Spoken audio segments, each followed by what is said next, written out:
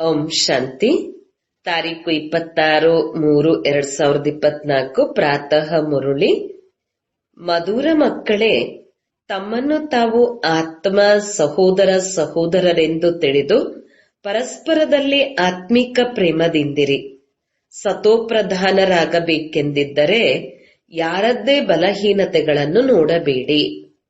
ಪ್ರಶ್ನೆ: ಯಾವುದರ ಆಧಾರದಿಂದ ಬಾಬಾರವರೊಂದಿಗೆ ಪದಮದಷ್ಟು ಆಸ್ತಿಯನ್ನು ಪಡೆದುಕೊಳ್ಳಲು ಸಾಧ್ಯ?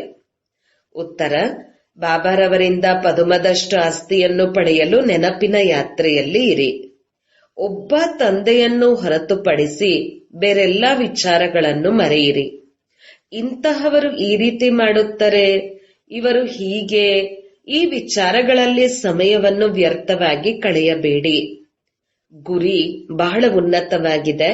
ಆದ್ದರಿಂದ ಸದಾ ಸತೋಪ್ರಧಾನರಾಗುವ ಲಕ್ಷ್ಯವನ್ನಿಟ್ಟುಕೊಳ್ಳಿ. ಬಾಬಾರವರ ಪ್ರೀತಿಯಲ್ಲಿ ಲೀನವಾಗಿರಿ. ತಮಗೆ ತಾವೇ ಸೂಕ್ಷ್ಮ ಚೆಕಿಂಗ್ ಮಾಡಿಕೊಳ್ಳುತ್ತಿರಿ. ಆಗ ಪೂರ್ತಿ ಆಸ್ತಿಯನ್ನು ಪಡೆದುಕೊಳ್ಳಲು ಸಾಧ್ಯ. ಓಂ ಶಾಂತಿ. ಈ ಸಮಯದಲ್ಲಿ ಇಲ್ಲಿ ಕುಳಿತಿರುವ ಮಕ್ಕಳಿಗೆ ತಿಳಿದಿದೆ, ಬೇಹದ್ದಿನ ತಂದೆ ಪುನಃ ಸತೋಪ್ರಧಾನರನ್ನಾಗಿ ಮಾಡುತ್ತಿದ್ದಾರೆ. ಮೂಲ ಯುಕ್ತಿಯನ್ನು ತಿಳಿಸುತ್ತಿದ್ದಾರೆ. ತಮ್ಮನ್ನು ತಾವು ಆತ್ಮ ಸಹೋದರ ಸಹೋದರ ಎಂದು ತಿಳಿಯಿರಿ. ಮುಖ್ಯ ಶಿಕ್ಷಣವನ್ನು ನೀಡುತ್ತಾರೆ. ಪರಸ್ಪರದಲ್ಲಿ ನಿಮಗೆ ಬಹಳ ಬಹಳ ಆತ್ಮಿಕ ಪ್ರೇಮವಿರಬೇಕು. ಮೊದಲಿಗೆ ಇತ್ತು, ಈಗ ಇಲ್ಲ. ಮೂಲವತನದಲ್ಲಿ ಪ್ರೇಮದ ಮಾತೆ ಇರುವುದಿಲ್ಲ. ಬೇಹದ್ದಿನ ತಂದೆ ಬಂದು ಶಿಕ್ಷಣವನ್ನು ನೀಡುತ್ತಾರೆ. ಮಕ್ಕಳೇ, ಇಂದು ನಾಳೆ ಎಂದು ಹೇಳುತ್ತಾ ಹೇಳುತ್ತಾ ಸಮಯ ಮುಗಿಯುತ್ತಾ ಹೋಗಿದೆ. ದಿನ, ತಿಂಗಳು, ವರ್ಷ ಕಳೆದು ಹೋಗುತ್ತಿವೆ. ಬಾಬಾರವರು ತಿಳಿಸಿದ್ದಾರೆ, ನೀವು ಲಕ್ಷ್ಮೀನಾರಾಯಣರಾಗಿದ್ದೀರಿ. ಯಾರು ನಿಮ್ಮನ್ನು ಈ ರೀತಿ ತಯಾರಿ ಮಾಡಿದ್ದರು? ಬಾಬಾರವರು. ಈ ವಿಚಾರವನ್ನು ಬಾಬಾರವರು ನಿಮಗೆ ತಿಳಿಸಿದ್ದಾರೆ. ನೀವು ಕೆಳಗೆ ಹೇಗೆ ಇಳಿಯುತ್ತೀರಿ, ಮೇಲಿಂದ ಕೆಳಗೆ ಇಳಿಯುತ್ತಾ ಇಳಿಯುತ್ತಾ ಸಮಯ ಮುಗಿದು ಹೋಗುತ್ತಿದೆ. ಆ ದಿನಗಳು ಮುಗಿಯಿತು, ಮಾಸಗಳು ಮುಗಿಯಿತು, ವರ್ಷಗಳು ಮುಗಿಯಿತು, ಸಮಯವೂ ಸಹ ಮುಗಿಯಿತು. ನೀವು ತಿಳಿದುಕೊಂಡಿದ್ದೀರಿ, ಮೊದಮೊದಲು ನಾವು ಸತೋಪ್ರಧಾನರಾಗಿದ್ದೆವು. ನಮ್ಮಲ್ಲಿ ಪರಸ್ಪರ ಬಹಳ ಪ್ರೇಮವಿತ್ತು. ಬಾಬಾರವರು ನೀವೆಲ್ಲ ಸಹೋದರಿಯರಿಗೆ ಶಿಕ್ಷಣವನ್ನು ನೀಡಿದ್ದಾರೆ. ನೀವು ಸಹೋದರ ಸಹೋದರರ ನಡುವೆ ಪರಸ್ಪರದಲ್ಲಿ ಬಹಳ ಪ್ರೀತಿ ಇರಬೇಕು. ನಾನು ನಿಮ್ಮ ತಂದೆಯಾಗಿದ್ದೇನೆ. ಎಷ್ಟು ಪ್ರೀತಿಯಿಂದ ನಾನು ನಿಮ್ಮನ್ನು ಸಂಭಾಲನೆ ಮಾಡುತ್ತೇನೆ. ನಿಮ್ಮನ್ನು ತಮೋಪ್ರಧಾನರಿಂದ ಸತೋಪ್ರಧಾನರನ್ನಾಗಿ ಮಾಡುತ್ತೇನೆ. ನಿಮ್ಮ ಗುರಿ ಉದ್ದೇಶವೇ ಸತೋಪ್ರಧಾನರು ಆಗುವುದಾಗಿದೆ. ಎಷ್ಟು ಎಷ್ಟು ನಾವು ಸತೋಪ್ರಧಾನರಾಗುತ್ತೇವೆ ಅಷ್ಟು ಖುಷಿಯಲ್ಲಿ ಇರುತ್ತೇವೆ ಎಂದು ತಿಳಿದಿದ್ದೀರಿ. ನಾವು ಸತೋಪ್ರಧಾನರಾಗಿದ್ದೆವು. ನಾವು ಸಹೋದರ ಸಹೋದರರು ಪರಸ್ಪರದಲ್ಲಿ ಬಹಳ ಪ್ರೀತಿಯಿಂದ ಇದ್ದೆವು. ಈಗ ಬಾಬಾರವರ ಮೂಲಕ ನಮಗೆ ತಿಳಿದಿದೆ, ನಾವು ದೇವತೆಗಳು ಪರಸ್ಪರದಲ್ಲಿ ಬಹಳ ಪ್ರೀತಿಯಿಂದ ಇರುತ್ತಿದ್ದೆವು. ಈ ದೇವತೆಗಳ ಹಾಗೂ ಸ್ವರ್ಗದ ಬಹಳ ಮಹಿಮೆ ಇದೆ. ನೀವು ಸಹ ಸ್ವರ್ಗದ ನಿವಾಸಿಗಳಾಗಿದ್ದೀರಿ. ತದನಂತರ ಇಂದು ನಾಳೆ ಎನ್ನುತ್ತಾ ಕೆಳಗೆ ಇಳಿಯುತ್ತಾ ಬಂದಿದ್ದೀರಿ. 1ನೇ ತಾರೀಕಿನಿಂದ ಹಿಡಿದು ಈ ದಿನ 5000 ವರ್ಷದಲ್ಲಿ ಬಾಕಿ ಸ್ವಲ್ಪ ವರ್ಷಗಳು ಮಾತ್ರ ಉಳಿದಿದೆ. ಪ್ರಾರಂಭದಿಂದ ನೀವು ಹೇಗೆ ಪಾತ್ರ ಅಭಿನಯಿಸುತ್ತಾ ಬಂದಿದ್ದೀರಿ ಎಂಬುದೆಲ್ಲ ಬುದ್ಧಿಯಲ್ಲಿದೆ. ಈಗ ದೇಹಾಭಿಮಾನವಿರುವ ಕಾರಣ ಪರಸ್ಪರದಲ್ಲಿ ಆ ಪ್ರೀತಿ ಇಲ್ಲ. ಒಬ್ಬರು ಮತ್ತೊಬ್ಬರ ಬಲಹೀನತೆಯನ್ನು ನೋಡುತ್ತಿರುತ್ತಾರೆ. ಇಂತಹವರು ಈ ರೀತಿ ಇದ್ದಾರೆ. ದೇಹಿ ಅಭಿಮಾನಿಯಾಗಿದ್ದಾಗ ಈ ರೀತಿ ಯಾರದ್ದೇ ಬಲಹೀನತೆಯನ್ನು ಹುಡುಕುವುದಿಲ್ಲ. ಪರಸ್ಪರದಲ್ಲಿ ಬಹಳ ಪ್ರೀತಿ ಇತ್ತು. ಈಗ ಪುನಃ ಅದೇ ಸ್ಥಿತಿಯನ್ನು ಧಾರಣೆ ಮಾಡಿಕೊಳ್ಳಬೇಕು. ಇಲ್ಲಂತೂ ಒಬ್ಬರು ಮತ್ತೊಬ್ಬರನ್ನು ಪರಸ್ಪರದಲ್ಲಿ ಹೊಡೆದಾಡುವ, ಜಗಳವಾಡುವ ದೃಷ್ಟಿಯಿಂದಲೇ ನೋಡುತ್ತಾರೆ. ಇದು ಯಾವಾಗ ಸಮಾಪ್ತಿಯಾಗುತ್ತದೆ? ಇದನ್ನು ಸಹ ಬಾಬಾರವರು ತಿಳಿಸಿಕೊಡುತ್ತಾರೆ. ಮಕ್ಕಳೇ, ನೀವೇ ಪೂಜ್ಯ ದೇವಿ ದೇವತೆಗಳಾಗಿದ್ದಿರಿ. ತದನಂತರ ನಿಧಾನವಾಗಿ ಕೆಳಗೆ ಬೀಳುತ್ತಾ ನೀವೇ ತಮೋಪ್ರಧಾನರಾಗಿದ್ದೀರಿ. ನೀವು ಎಷ್ಟು ಸಿಹಿಯಾಗಿದ್ದೀರಿ, ಈಗ ಪುನಃ ಇದೇ ರೀತಿ ಮಧುರರಾಗಿರಿ. ನೀವು ಸುಖದಾಯಿಯಾಗಿದ್ದೀರಿ, ಈಗ ದುಃಖದಾಯಿಯಾಗಿದ್ದೀರಿ. ರಾವಣ ರಾಜ್ಯದಲ್ಲಿ ಒಬ್ಬರು ಮತ್ತೊಬ್ಬರಿಗೆ ದುಃಖವನ್ನು ನೀಡಲು ಕಾಮವಿಕಾರವನ್ನು ಪ್ರಯೋಗಿಸಲಾರಂಭಿಸಿದ್ದೀರಿ. ಸತೋಪ್ರಧಾನರಾಗಿದ್ದಾಗ ಕಾಮವಿಕಾರವನ್ನು ಪ್ರಯೋಗಿಸುತ್ತಿರಲಿಲ್ಲ. ನಿಮ್ಮ ಈ 5 ವಿಕಾರ ಎಷ್ಟು ದೊಡ್ಡ ಶತ್ರುವಾಗಿದೆ. ಇದಾಗಿದೆ ವಿಕಾರಿ ಪ್ರಪಂಚ. ಇದನ್ನೂ ಸಹ ನೀವು ತಿಳಿದುಕೊಂಡಿದ್ದೀರಿ. ರಾಮರಾಜ್ಯವೆಂದು ಯಾವುದಕ್ಕೆ ಕರೆಯುತ್ತಾರೆ ಹಾಗೂ ರಾವಣ ರಾಜ್ಯವೆಂದು ಯಾವುದಕ್ಕೆ ಕರೆಯಲಾಗುತ್ತದೆ. ಇಂದು ನಾಳೆ ಎನ್ನುತ್ತಾ ಸತ್ಯುಗ, ತ್ರೇತ, ದ್ವಾಪರ ಮುಗಿದು ಹೋಯಿತು.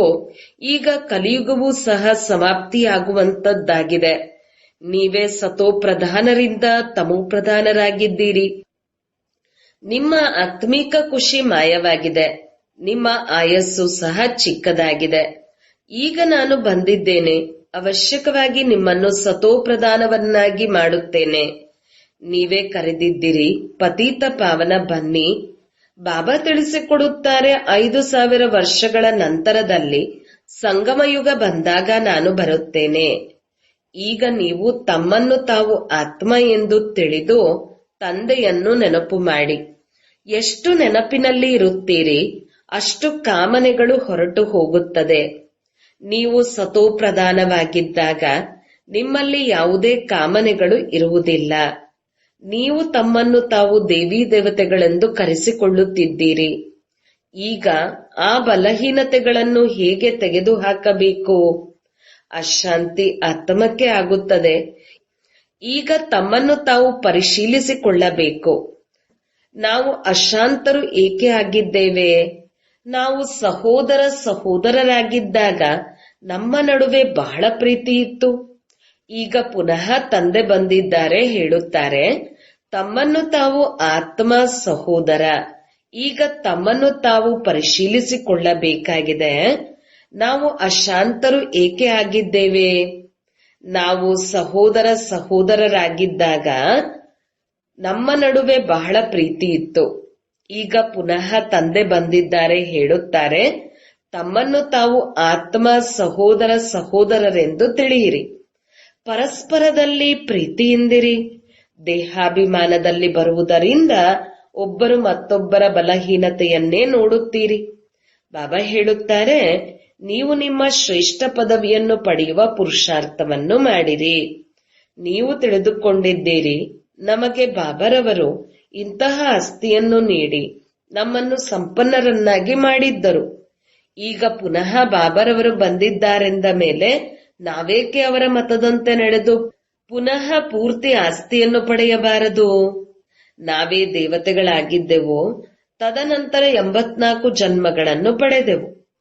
ನೀವು ಮಧುರಾತಿ ಮಧುರ ಮಕ್ಕಳು ಎಷ್ಟೊಂದು ಅಡೋಲರಾಗಿದ್ದೀರಿ. ಯಾವುದೇ ಮತಭೇದವಿರಲಿಲ್ಲ. ಯಾರನ್ನೂ ನಿಂದಿಸುತ್ತಿರಲಿಲ್ಲ. ಈಗ ಒಂದಲ್ಲ ಒಂದು ಬಲಹೀನತೆ ಇದೆ. ಅದನ್ನೆಲ್ಲವನ್ನೂ ತೆಗೆದು ಹಾಕಬೇಕು. ನಾವೆಲ್ಲರೂ ಸಹೋದರಿಯರಾಗಿದ್ದೇವೆ. ಒಬ್ಬ ತಂದೆಯನ್ನೇ ನೆನಪು ಮಾಡಬೇಕು. ನಾವು ಸತೋಪ್ರಧಾನರಾಗಬೇಕೆಂಬ ಗುಂಗಿನಲ್ಲಿರಬೇಕು. ಇಂತಹವರು ಈ ರೀತಿ ಇದ್ದಾರೆ, ಇವರು ಹೀಗೆ ಮಾಡುತ್ತಾರೆ, ಈ ಎಲ್ಲಾ ವಿಚಾರಗಳನ್ನು ಮರೆತು ಬಿಡಬೇಕು. ಬಾಬಾ ಹೇಳುತ್ತಾರೆ, ಇದನ್ನೆಲ್ಲ ಬಿಟ್ಟು ಬಿಡಿ. ತಮ್ಮನ್ನು ತಾವು ಆತ್ಮನೆಂದು ತಿಳಿಯಿರಿ. ಈಗ ಸತೋಪ್ರಧಾನರಾಗಲು ಪುರುಷಾರ್ಥ ಮಾಡಿ. ದೇಹಾಭಿಮಾನದಲ್ಲಿ ಬರುವುದರಿಂದಲೇ ಅವಗುಣಗಳನ್ನು ನೋಡಲಾಗುತ್ತದೆ. ತಮ್ಮನ್ನು ತಾವು ಆತ್ಮನೆಂದು ತಿಳಿದು ಬಾಬಾರವರನ್ನು ನೆನಪು ಮಾಡಿರಿ.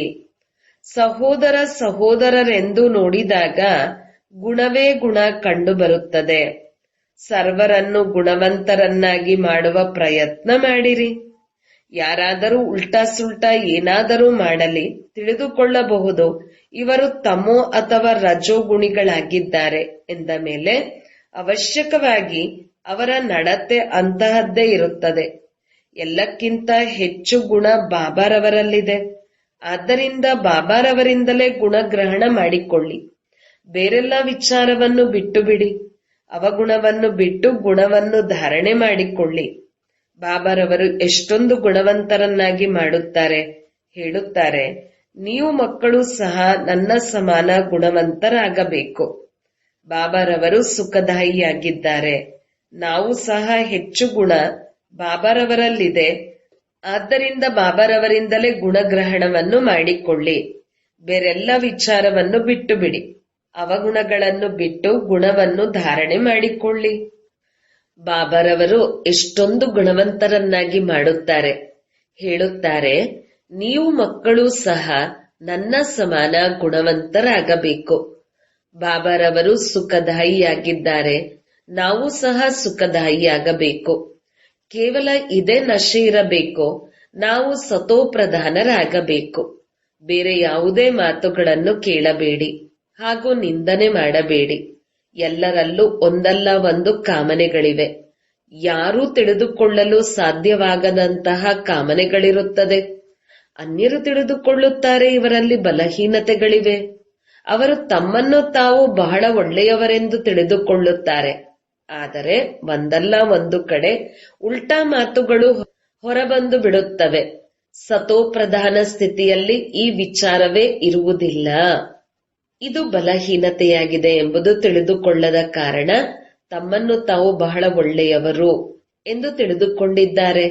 ಬಾಬಾ ಹೇಳುತ್ತಾರೆ, ಒಳ್ಳೆಯವನು ನಾನೊಬ್ಬನೇ ಆಗಿದ್ದೇನೆ. ನೀವೆಲ್ಲರನ್ನೂ ಮಧುರರನ್ನಾಗಿ ಮಾಡಲು ಬಂದಿದ್ದೇನೆ. ಎಲ್ಲ ಅವಗುಣಗಳನ್ನೆಲ್ಲ ಬಿಟ್ಟು ಬಿಡಿ. ತಮ್ಮ ನಾಡಿಯನ್ನು ನೋಡಿಕೊಳ್ಳಿ. ನಾವು ಮಧುರಾತಿ ಮಧುರ ಬಾಬಾರವರನ್ನು ಪ್ರೀತಿಯಿಂದ ಎಷ್ಟು ನೆನಪು ಮಾಡುತ್ತೇನೆ, ಎಷ್ಟು ಸ್ವತಃ ನಾನು ತಿಳಿದುಕೊಂಡಿದ್ದೇನೆ ಹಾಗೂ ಅನ್ಯರಿಗೂ ತಿಳಿಸುತ್ತೇನೆ. ದೇಹಾಭಿಮಾನದಲ್ಲಿ ಬಂದರೆ ಯಾವುದೇ ಲಾಭವಿಲ್ಲ. ಪ್ರಪಂಚ ತಮೋಪ್ರಧಾನವಾಗಿದೆ ಎಂಬ ಮೂಲ ಮಾತನ್ನು ತಿಳಿಸಿಕೊಡಬೇಕು. ಸತೋಪ್ರಧಾನವಾಗಿದ್ದಾಗ ದೇವತೆಗಳ ರಾಜ್ಯವಿತ್ತು. ಈಗ 84 ಜನ್ಮಗಳನ್ನು ಭೋಗಿಸಿ ತಮೋಪ್ರಧಾನರಾಗಿದ್ದೇವೆ. ಈಗ ಪುನಃ ಸತೋಪ್ರಧಾನರಾಗಬೇಕು. ತಮೋಪ್ರಧಾನವೂ ಸಹ ಭಾರತವಾಸಿಗಳೇ ಆಗಿದ್ದಾರೆ ಹಾಗೂ ಅವರೇ ಸತೋಪ್ರಧಾನರಾಗಬೇಕು. ಬೇರೆ ಯಾರನ್ನೂ ಸಹ ಸತೋಪ್ರಧಾನರೆಂದು ಹೇಳಲು ಸಾಧ್ಯವಿಲ್ಲ. ಸತ್ಯಯುಗದಲ್ಲಿ ಯಾವುದೇ ಧರ್ಮವಿರುವುದಿಲ್ಲ. ಬಾಬಾರವರು ಹೇಳುತ್ತಾರೆ, ನೀವು ಅನೇಕ ಬಾರಿ ತಮೋಪ್ರಧಾನರಿಂದ ಸತೋಪ್ರಧಾನರಾಗಿದ್ದೀರಿ. ಈಗ ಪುನಃ ಆಗಿರಿ. ಶ್ರೀಮತದಂತೆ ನಡೆದು ನನ್ನನ್ನು ನೆನಪು ಮಾಡಿರಿ. ಇದೇ ನಶೆಯಲ್ಲಿ ಇರಬೇಕು. ಶಿರದ ಮೇಲೆ ಬಹಳ ಪಾಪದ ಹೊರೆಯಿದೆ.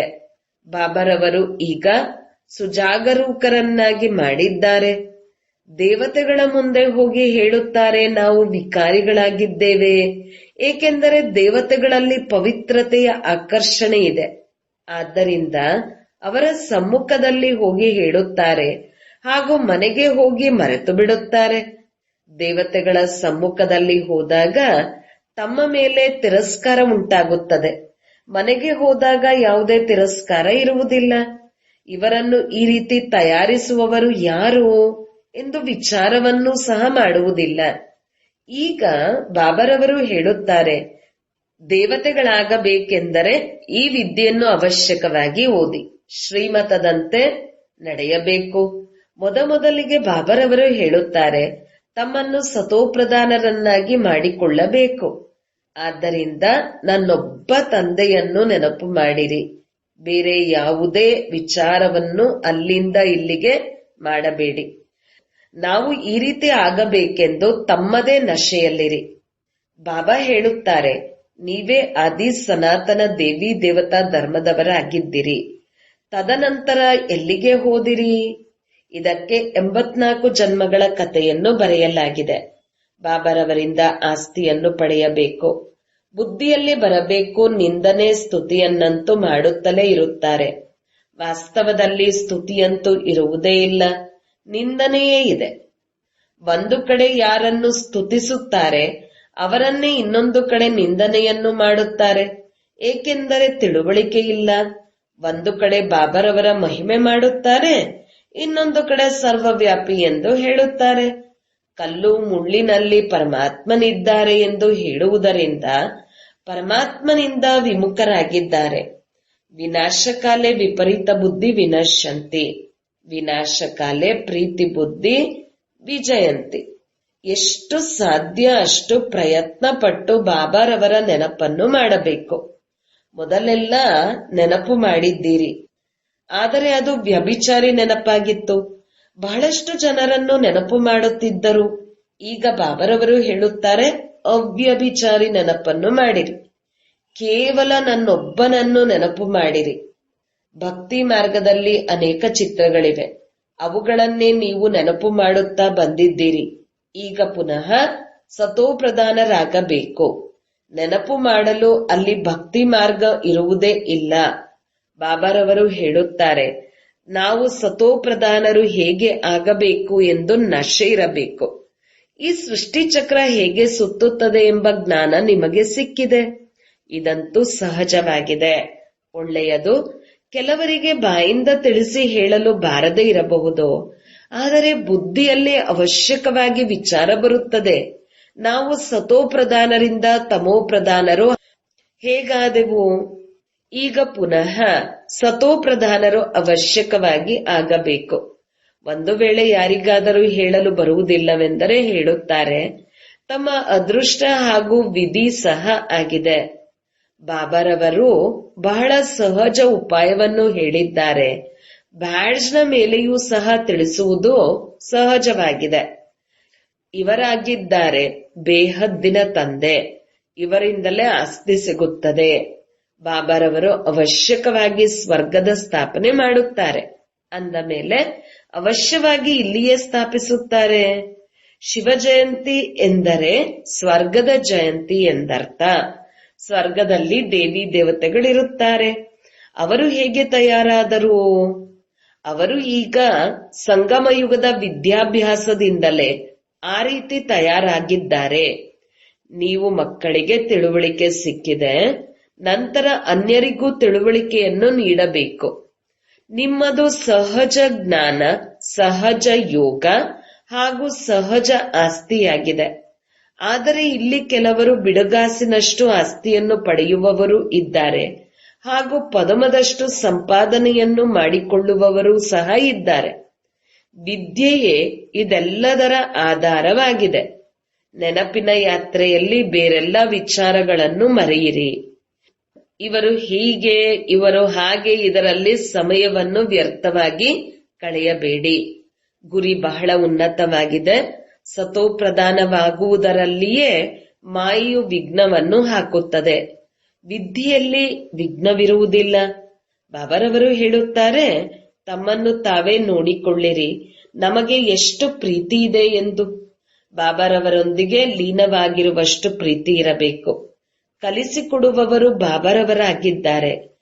ಇವರ ಆತ್ಮವು ಕಲಿಸುವುದಿಲ್ಲ, ಕಲಿಯುವಂತದ್ದಾಗಿದೆ. ಬಾಬಾರವರು ನಮ್ಮನ್ನು ಈಗ ಎಷ್ಟೊಂದು ತಿಳುವಳಿಕೆ ಉಳ್ಳವರನ್ನಾಗಿ ಮಾಡುತ್ತಾರೆ. ಶ್ರೇಷ್ಠಾತಿಶ್ರೇಷ್ಠ ನೀವಾಗಿದ್ದೀರಿ, ಆದರೆ ಮನುಷ್ಯ ಸೃಷ್ಟಿಯಲ್ಲಿ ನೀವು ನಮ್ಮನ್ನು ಎಷ್ಟು ಶ್ರೇಷ್ಠರನ್ನಾಗಿ ಮಾಡುತ್ತೀರಿ. ಈ ರೀತಿಯಾಗಿ ಅಂತರಾಳದಿಂದ ಬಾಬಾರವರ ಮಹಿಮೆಗಳನ್ನು ಮಾಡಬೇಕು.